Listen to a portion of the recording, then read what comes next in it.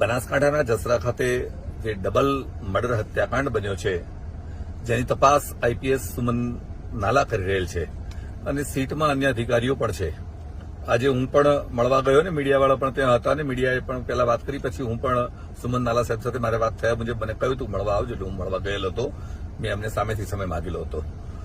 વાત કરતા જે પ્રકારે મને જણાયું એ જોતા ડીવાયએસપી ડીસા મિસ્ટર સોલંકી સાહેબ જે છે તેઓની વર્તણૂક મને એમ લાગે છે કે આ તપાસમાં કંઈક આવળે પાટે ચડાવવાની કોશિશ થાય.